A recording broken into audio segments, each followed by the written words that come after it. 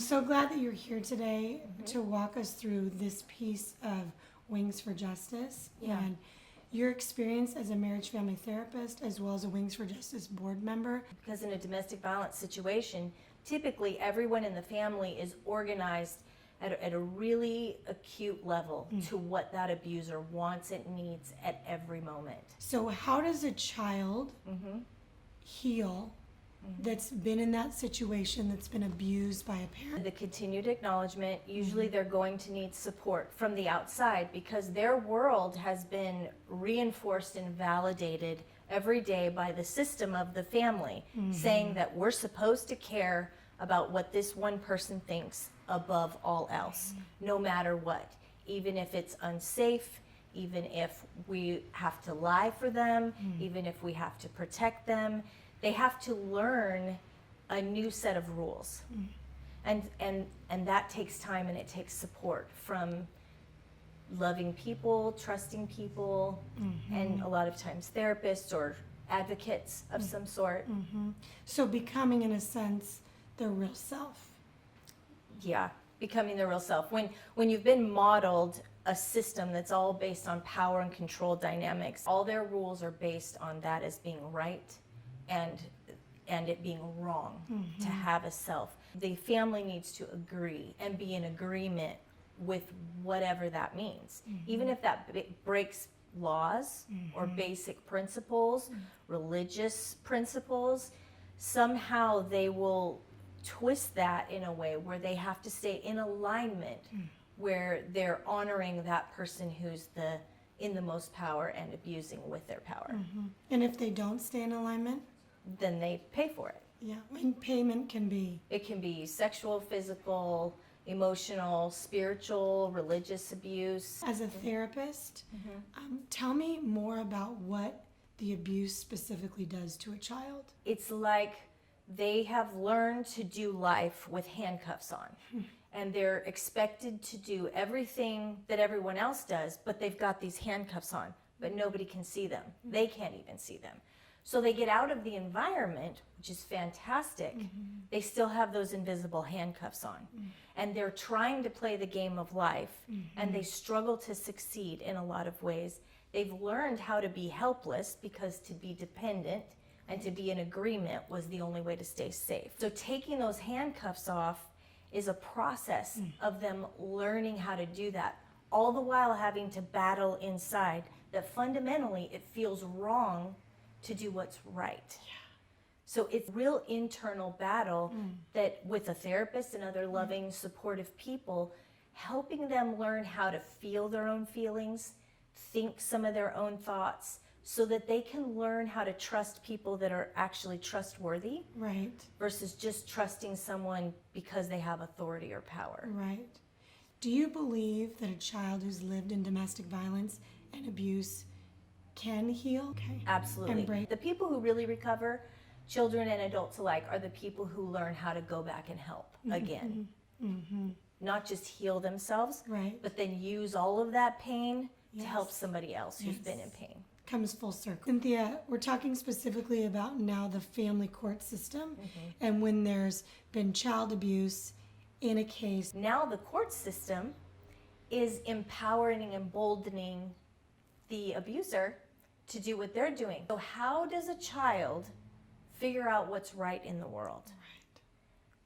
They're going to be inclined to lean into the belief system of the abuser, because that's where the system is stacking it up to who really has the power in a situation like what you're describing. Right. So they learn essentially to be helpless and that they need to go along to get along, unfortunately.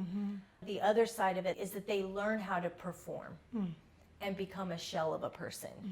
And they learn how to perform to whoever's the most powerful in the room or to what will work in the situation for what they're being told is right and wrong. So they're not forming beliefs based on principles of maybe truth or justice like we might like our society to foster. We want to know some of the ways that it affects them long term and in their basic daily activities of living and functioning. The main thing that they learn, however, is that they are alone.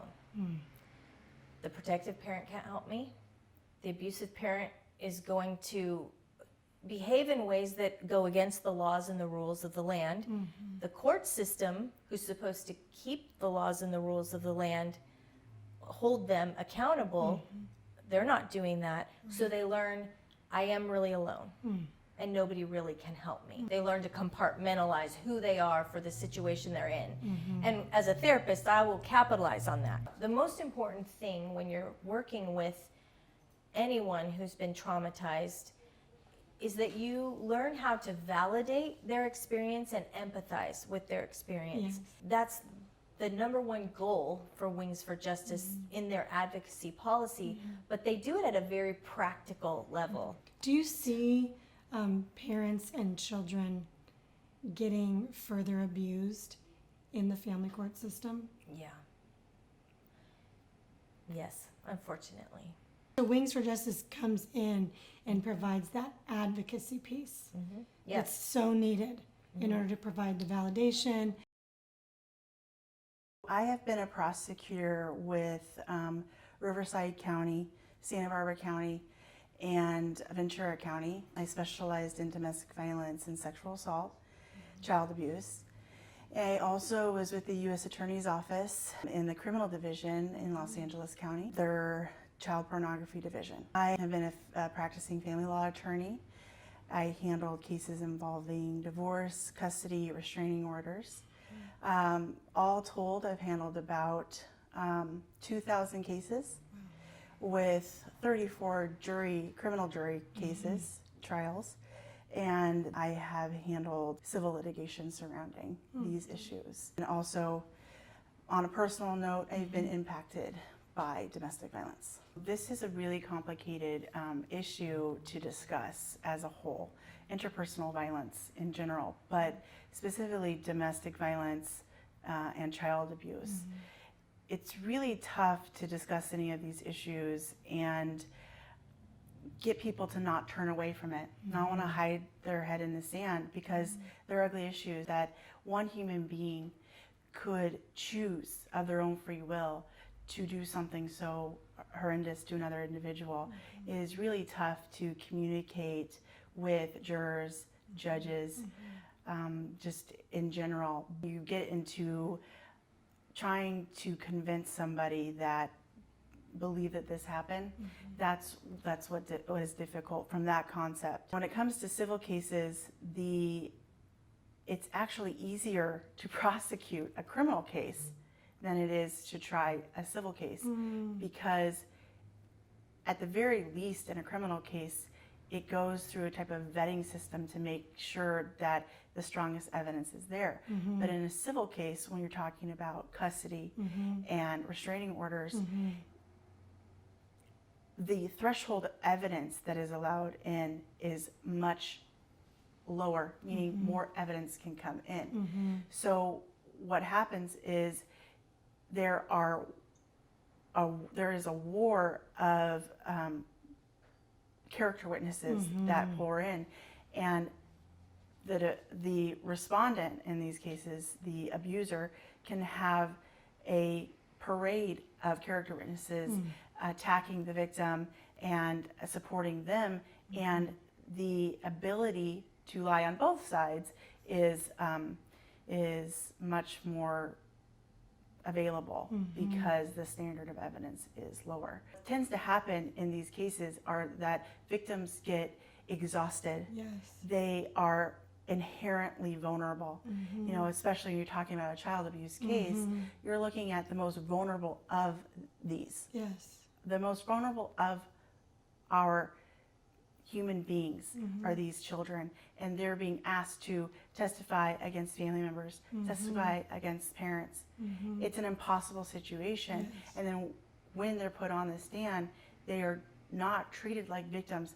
They are basically put on the stand, and their character is at trial. We don't really make a discrimination between children and adult victims, unfortunately. You know, you talk about post-traumatic stress and the trauma of domestic violence, child abuse is one thing, But unfortunately, our court system, as it's set up now, is yet another way to traumatize these victims. It is compounding Yes. the trauma, Yes. truthfully. I do think that the way that our system is set up is a system of abuse.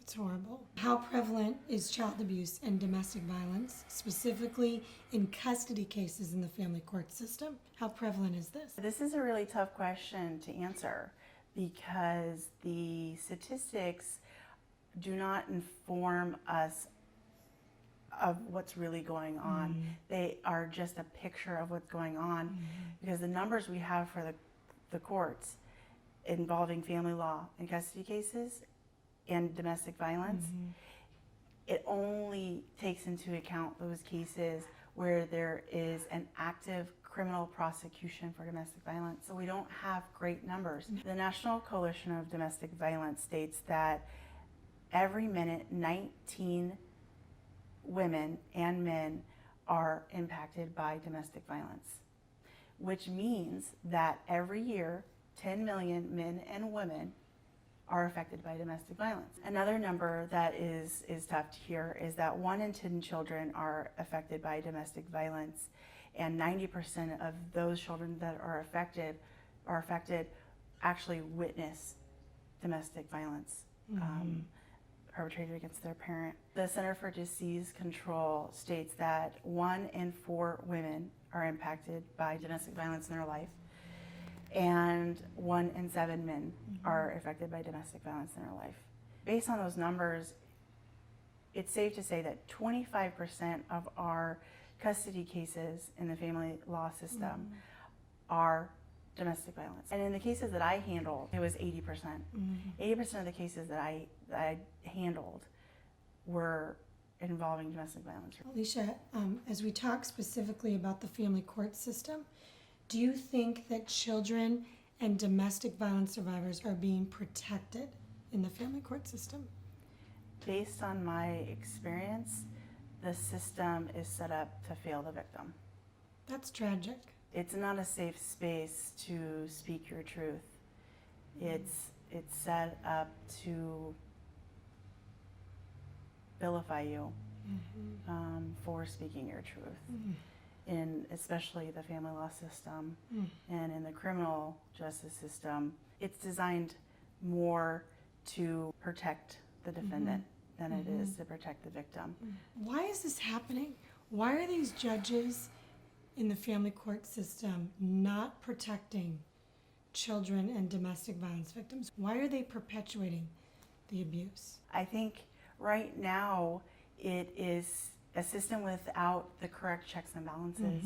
We have individuals in power and elected. I think the system is set up to where they don't even have a fighting chance. Unfortunately, especially in family law and custody cases, these cases can go on for years and years and years, and they just deplete everyone's time, money, resources, emotional resources.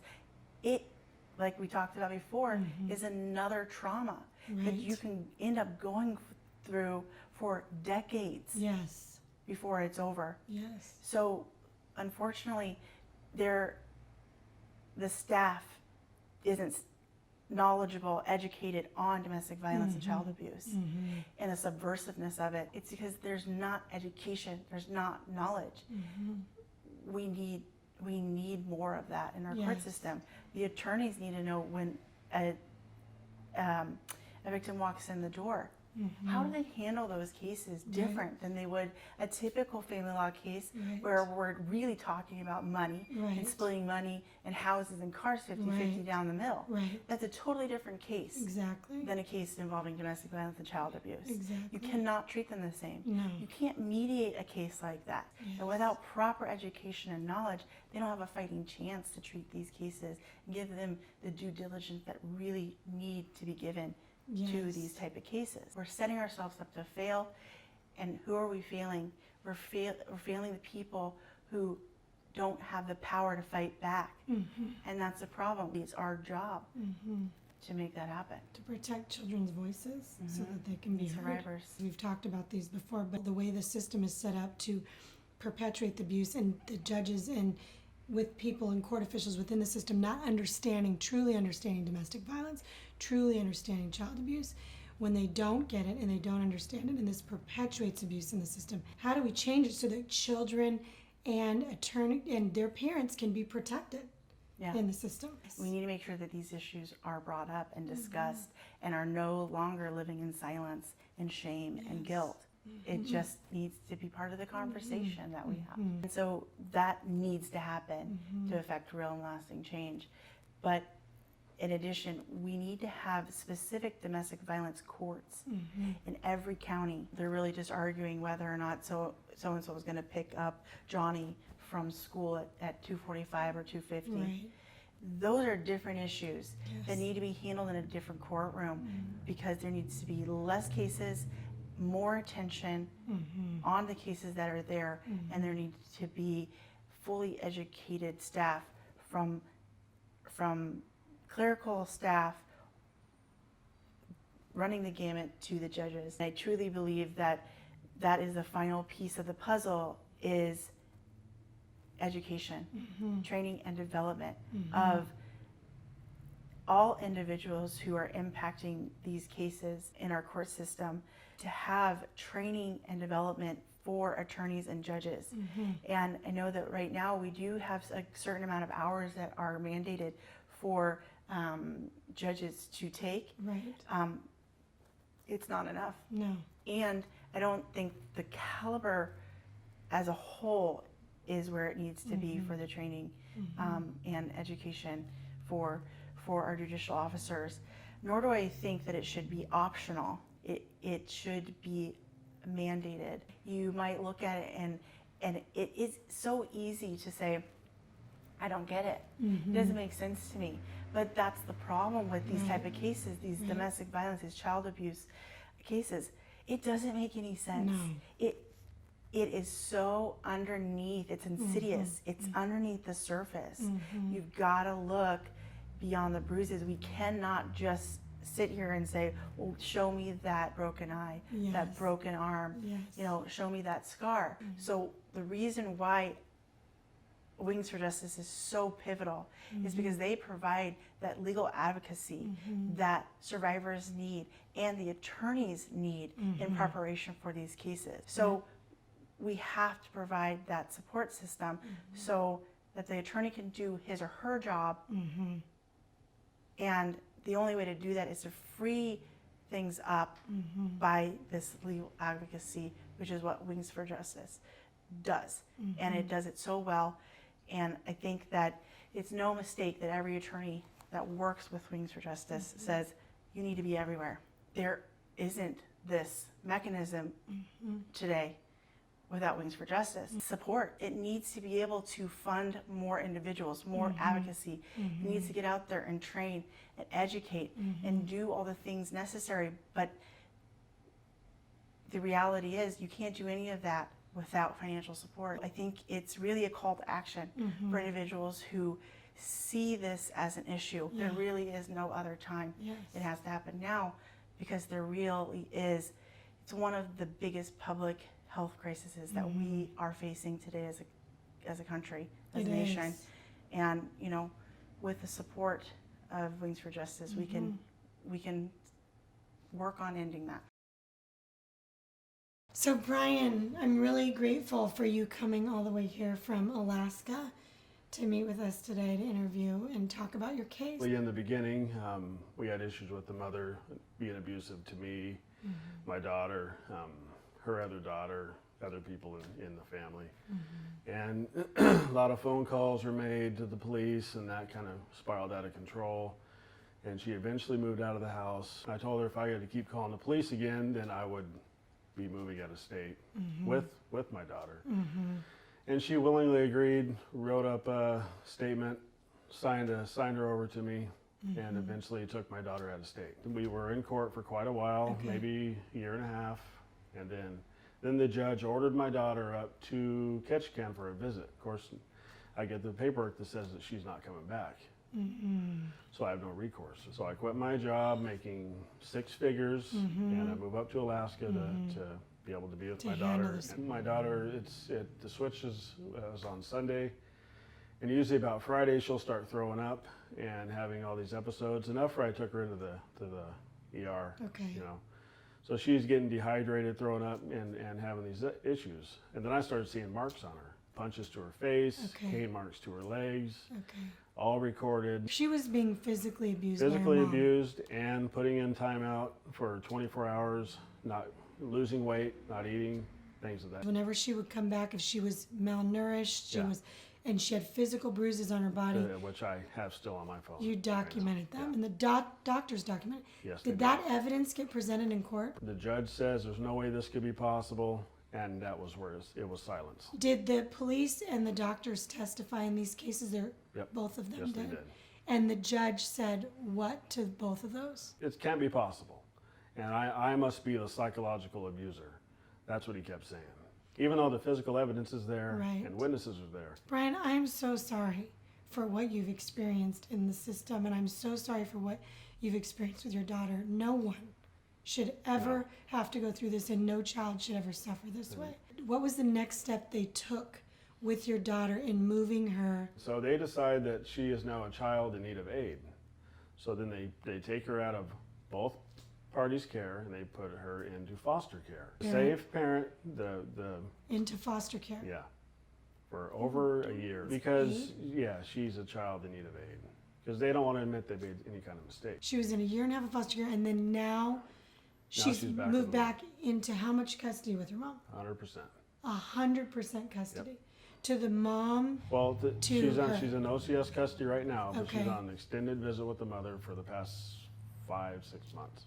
That's called an extended visit. That's what they're clarifying it as? It's An an extended extended- home, something like that. So the state is still keeping custody of her? Yeah, yes they are. And they plan on releasing her to her mom in October. Wow. So you went from, you were a dad who had full custody of Yeah. this daughter, and then you had, after physical abuse happened to your daughter from her mother, you then had 50-50 custody to your daughter being placed into foster care Yep, and under the care of the state to where the mom is going to be receiving full custody yeah, of her, and you're getting no custody? none. And I have nothing on my record, previous correctional officer, previous TSA, CDL. I mean, I've been background checked like you wouldn't believe. So There's no reason for this to happen. There's no reason. Do you believe the fact that your ex was a caseworker in the court system? Do you believe that had an effect on your case? 100%. In the beginning, the judge made comments that she's been in his courtroom. He knows her demeanor, on and on. And OCS or CPS, as you call it, they protect their own. He knew her. Yeah, He knew her. 100%. And there was a professional relationship. Yep. So in that context, in a judicial context, when a judge knows one of the parties, He's supposed to recuse himself. exactly, he's supposed to recuse himself, and he did not recuse himself from No. the case. We browsed over our court records, and there's at least 17 violations of judicial misconduct. And where have you attempted to reach out and about how you came to Wings for Yeah, Justice? I think my mom got a hold of you first, and that got interest in there. I sent you all the documentation of what's happening, and of course, everybody that reads it's outraged. Yes. And we reached out to news media and everybody and representatives, and just kind of stalemated. Nobody wants to get their hands dirty. No, they're like afraid to respond. What's your hope in all of this? In the midst of how do you survive losing your child who's living in an abusive environment? Yeah. How are you surviving right now? Probably God is bringing me through this, because most people would be in jail. Just how it is. Yes. And I don't know. What are you hoping for to happen? The people who have done this to these kids, they need to be exposed legally, and their professions need to be dealt with in that manner. These kids need to have a right to, their voices need to be heard. A high school geometry teacher Okay. in San Francisco, California. I teach 10th grades, and I'm also a pastor of worship and music at a local church in Redwood City, just south of San Francisco. And you're also on the board for Wings for Justice. I want you to speak from that sense of, as a pastor, do you really see the church coming alongside those who've suffered injustice and abuse or not? What does that look like? One is, obviously, you'd have to be pretty naive not reading the papers or not paying attention to what's happening in the media to know that there are both high profile and average churches all over the country in which there are incidents of abuse, situations where pastors and leaders have abused their positions and people have been hurt as a result. But I can say from firsthand experience that I have been a participant on, a pastor, an associate pastor on a staff of churches, big and small, in my history or in my career, where I have seen leadership structures that are almost impenetrable and almost without accountability. These pastors basically abuse their positions of power, and they do so in a way that hurts people. Now, there are people who are suffering in silence because of this, and when they do come forward, a lot of times they're told that the church either can't do anything or won't do anything. And unfortunately, these people are not receiving the support and the restoration and encouragement they need to get back to a place of healing and wholeness. And what happens is you have these structures that protect pastors. Pastors use these cloistered positions of protection in order to avoid having to answer for the ways in which they've mistreated people. I think the individual cases that you are already involved in, those people are going to find themselves in a situation they didn't anticipate, meaning they have people who they didn't see coming now advocating for them. They're not alone. And they have resources available to them to make steps towards finding justice for their own storyline. And I think what would happen is if we were able to see the relationship multiply between what you're doing with Wings for Justice as a nonprofit and coming into partnerships with churches everywhere, is you're going to see an army rise up of people who help transcend, or I should say, transform our court systems. Wouldn't that be amazing? Wouldn't that be something? That'd be so awesome. I'd be worth dying for.